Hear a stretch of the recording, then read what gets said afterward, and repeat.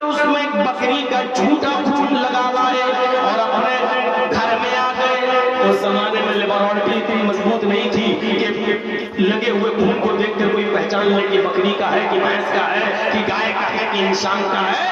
بکری کو ذبح کر کے اس کا خون قمیص میں لگا کر یوسف کی گھر لائے اور اپنے باپ یوسف علیہ السلام یعقوب علیہ السلام کے پاس آ کر کہنے لگے یا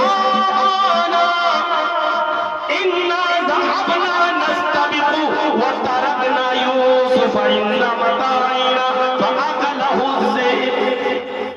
اے ابو جان، ہم یوسف کو جنگل میں لے گئے، ہم اس کو لے گئے، ہم کھیل کود میں لگ گئے. وَتَرَكْنَا يُوسُفَ عِنْدَ مَتَاعِنَا، اور یوسف کو ہم نے اپنے سامان کے پاس چھوڑ دیا کہ لوگ تم اس کی حفاظت کرو، دیکھ ریکھ کرو. ہم کھیل کود میں لگ گئے. فَأَكَلَهُ الذِّئْبُ، بھیڑیا آیا اور وہ یوسف کو کھا گیا. بھیڑیا آیا اور وہ یوسف کو کھا گیا. وَمَا أَنْتَ بِمُؤْمِنٍ لَنَا وَلَوْ كُنَّا صَادِقِينَ. اے ہمارے ابو، آپ ہماری بات کا یقین کیوں کریں گے؟ ہمیں معلوم ہے آپ ہماری بات نہیں مانیں گے، اگرچہ ہم بالکل صحیح ہی کیوں نہ بول رہے ہو، ہم بالکل سچ ہی کیوں نہ بول رہے ہو. یہاں شارٹ کرتے ہوئے آگے بڑھ رہا ہوں میں. یوسف علیہ السلام کے پاس ایک قافلہ آیا. قافلے کو پانی کی ضرورت پڑی. اس قافلے کا ایک آدمی کنویں کے پاس گیا. اس نے اپنا ڈول کنویں میں ڈالا. جھانک کر دیکھا تو اس میں ایک بچہ پڑا ہوا ہے. تو اس نے جیسے یوسف کو دیکھا پکار کر کہتا ہے یا بشرا ھذا غلام.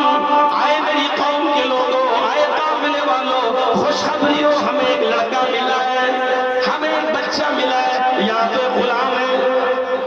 نکالا گیا. انہوں نے چھپا لیا اس بچے کو. وَأَضَرُّوهُ بِضَاعَةً، تجارت کا مال سمجھ لیا، اس کو بیچیں گے.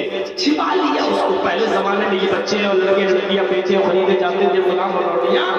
کہا چلو اس کو مصر کے بازار میں بیچیں گے، اور مصر کے بازار میں لے گئے اور یوسف کو بیچا. جانتے ہو انہوں نے کوئی یوسف کے معاملے میں بڑے غفلت سے کام لیا. جلدی بیچ دو، کسی کو پتہ نہ چل جائے یہ ہمارا بچہ ہے، دعویٰ نہ ٹھوک بیٹھے، اس لیے جتنا کم سے کم میں بھی بیچ جائے تو بیچ دو. وَشَرَوْهُ بِثَمَنٍ بَخْسٍ دَرَاهِمَ مَعْدُودَةٍ، چند درہموں میں، چند سکوں میں، اور ہماری بھاشا میں چند ٹکوں میں حضرت یوسف علیہ السلام کو بیچ دیا. یوسف علیہ السلام کو جس شخص نے خریدا تھا، بادشاہ مصر نے، اس نے اپنی بیوی سے کہا کہ اس بچے کی دیکھ ریکھ کرو، کھلاؤ پلاؤ، پال پوس کر بڑا کرو، ہم اس کو اپنا، یہ ہمیں نفع پہنچائے گا یا ہم اس کو اپنا بیٹا بنا لیں گے. دھیرے دھیرے یوسف علیہ السلام بڑے ہونے لگے اور ایک دن آیا کہ بالغ ہو گئے. یہاں بالغ ہوئے، وہاں مصر کی بیوی کی نظر خراب ہو گئی، اس کی نیت بگڑ گئی اور یوسف علیہ السلام پر وہ ڈورے ڈالنے لگی، یوسف کو بہکانے پھسلانے لگی. اور یوسف علیہ السلام بچے رہے، ان تمام کاموں سے بچے رہے. اور ایک دن تو غضب ہی ہو گیا، پوری کی پوری طریقے سے کھیل بگاڑنے کی کوشش ہو گئی. اس نے یوسف کو کئی کمروں کے اندر کئی دروازوں کے پار لے جانے کے بعد اپنے سارے دروازے بند کر دیے. قرآن کہتا ہے وَغَلَّقَتِ الْأَبْوَابَ، اس نے سارے دروازے بند کر دیے اور کہنے لگی حَيْتَ لَكَ، آئے یوسف آؤ، میری چاہت کو پورا کرو، میری آرزو کو پورا کرو، میری خواہش کو پورا کرو. سارے موقع موجود تھے، کمرے بند، دروازے بند، اور بادشاہ مصر کی بیوی اگر یوسف اس کی بات کو مان لیتے تو پانچوں انگلی گھی میں تھی، کیونکہ وہ ان کا بچاؤ بھی کرتی اور ان کو دولت سے بھی نوازتی، ان کا ہر طریقے سے خیال بھی رکھتی. لیکن یوسف علیہ السلام نے اس کی بات نہیں مانی، بھاگے وہاں سے، کہا معاذ اللہ، اللہ کی پناہ، نہیں مانی اس کی بات. آگے بھاگے، اس پہ پیچھا کیا، پیچھے سے قمیض پکڑ کے کھینچا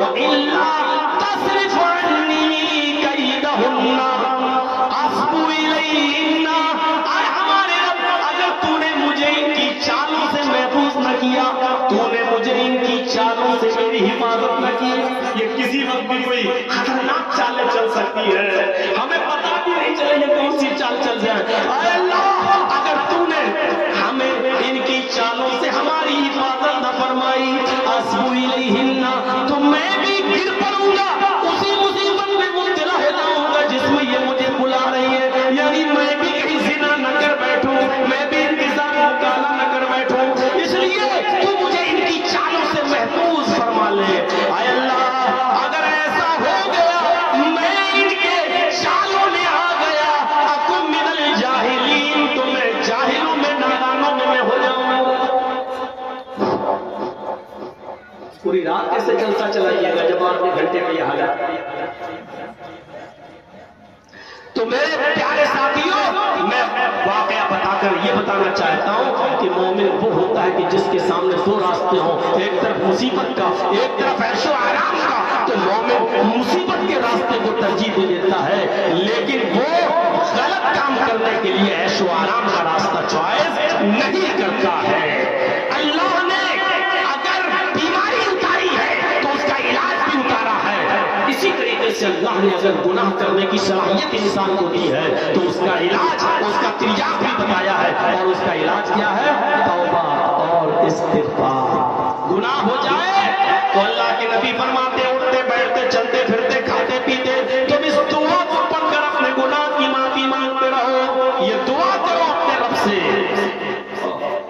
ایک دعا کو یاد کر لیجئے، مسلم شریف کی حدیث میں یہ دعا مل جائے گی آپ کو، اور یہ دعا بہت بڑی نہیں ہے، اس دعا کو یاد کر لو۔ اللہ کے نبی فرماتے ہیں یہ دعا پڑھتے رہا کرو، استغفر اللہ ربی من کل ذنب واتوب الیہ۔ کتنا ٹائم لگے گا؟ استغفر اللہ، میں مغفرت طلب کرتا ہوں اس اللہ سے، ربی جو میرا رب ہے، ہر گناہ سے، واتوب الیہ، اور اسی کی طرف رجوع ہوتا ہوں، اسی کی طرف جھکتا ہوں۔ بڑا اچھا لگتا ہے اللہ کو جب اس کا کوئی بندہ اس سے توبہ کرتا ہے، اپنے گناہوں کی معافی مانگتا ہے، پھر میں اپنی بات پر اٹل ہو قائم ہوں۔ اللہ کو ایسی مخلوق کی ضرورت ہی نہیں تھی جو گناہ نہ کرے۔ گناہ تو ہوں گے آپ سے، ہم سے، آپ کوئی فرشتہ بننے کی کوشش کر کے دکھا دو، کوئی آدمی ایسا بن کر دکھائے کہ جس سے کوئی گناہ ہی نہ ہو ہی نہیں سکتا۔ اگر ایسا بننے کی کوشش بھی کرو گے تو اللہ ہونے نہیں دے گا، بدل دے گا تم کو دوسری قوم سے، یستبدل قوما غیرکم۔ اگر تم بالکل نیک بنو گے، کوئی گناہ ہی تم سے نہ ہو، فرشتہ بننے کی کوشش کرو گے تو ہم تمہیں بدل دیں گے دوسری قوم سے، تمہاری جگہ دوسرے لوگوں کو لائیں گے، وہ گناہ کرے گی اور اللہ سے توبہ کرے گی، اللہ سے مغفرت کرے گی۔ میرے بھائیوں، گناہ نہ کرنے والی مخلوق تو اللہ کے پاس ہے ہی، فرشتے۔ اللہ کو ایسی مخلوق کی ضرورت تھی جس سے گناہ تو ہو لیکن گناہ پر وہ مصر نہ ہو، گناہ پر گناہ نہ کرے، گناہ ہو جانے کے بعد اللہ سے رجوع کرے، گناہ ہو جانے کے بعد اللہ کی طرف پلٹے اور اللہ سے مغفرت طلب کرے۔ اللہ کے نبی نے فرمایا، استغفروا ربکم وانی لا استغفر اللہ فی اليوم 100 مرہ۔ لوگوں، تم اللہ سے مغفرت طلب کرو، تم اللہ سے اپنے گناہ کی معافی مانگو۔ خود محمد رسول اللہ کا یہ حال ہے کہ میں ایک دن میں 100 مرتبہ اللہ سے استغفار کرتا ہوں، مغفرت طلب کرتا ہوں۔ خود اللہ کے رسول جو گناہ گار نہیں ہے، گناہ ان سے ہو نہیں سکتے ہیں، وہ معصوم عن الخطا ہیں، وہ جنتی ہیں، جنت کا سرٹیفکیٹ ان کو دنیا میں مل چکا ہے، وہ جنت کا دروازہ کھٹکھٹائیں گے، وہ مقام محمود پر ہوں گے۔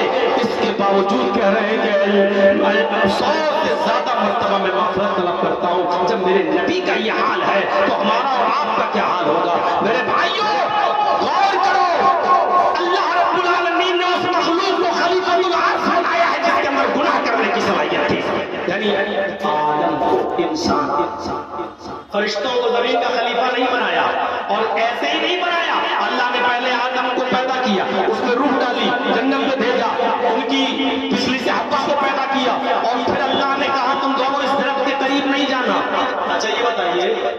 کیا اللہ کے حکم کے بغیر کچھ ہو سکتا ہے؟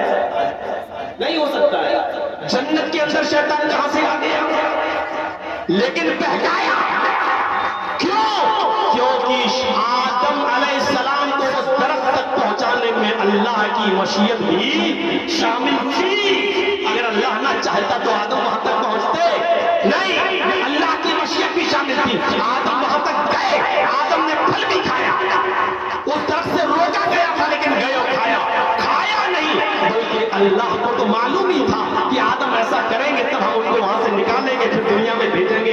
ایک غلطی آدم سے کرائی گئی، بلکہ یہ کہوں تو غلط نہیں ہوگا، غلطی کرنے کی پریکٹس کرائی گئی، کیونکہ اے آدم تم دنیا میں جاؤ گے پھر غلطی کرو گے، تو آدم سے غلطی ہوئی، ڈائریکٹ جنت جہنم میں نہیں بھیجا، آدم کو اور حوا کو دونوں کو دنیا میں بھیجا، ساتھ میں شیطان کو بھی بھیج دیا۔ جا تجھے بھی راندہ درگاہ کر رہا ہوں۔ شیطان نے اللہ کو چیلنج کیا، اے اللہ تو مجھے اس آدم کی وجہ سے دنیا سے یہاں سے نکال رہا ہے، اس لیے کہ میں نے آدم کو سجدہ نہیں کیا۔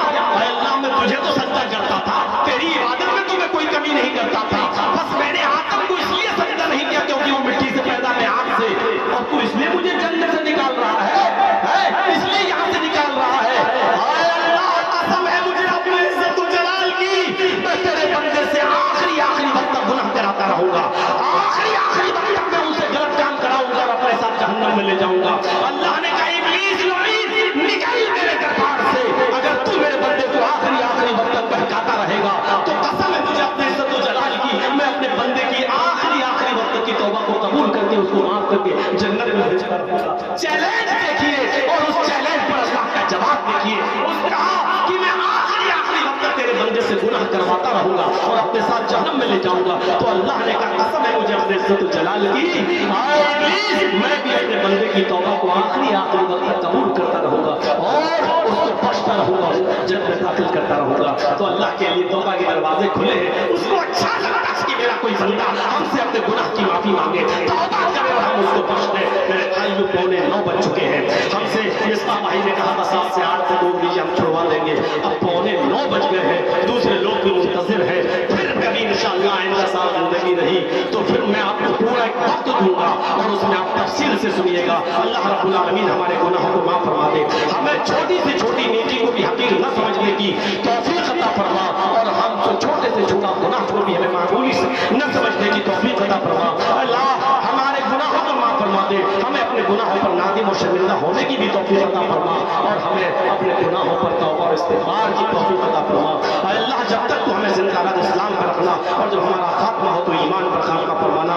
اسی طریقے سے بیٹھے رہیے گا، دوسرے علماء کو سنتے رہیے گا، اور جس مقصد سے یہ جلسہ ہو رہا مدرسے کے تعاون کے سلسلے میں آپ مدرسے کا تعاون بھرپور کرتے رہیے گا۔ اللہ رب العالمین آپ کو اس کا پورا اجر عظیم عطا فرمائے۔ السلام علیکم ورحمۃ اللہ وبرکاتہ۔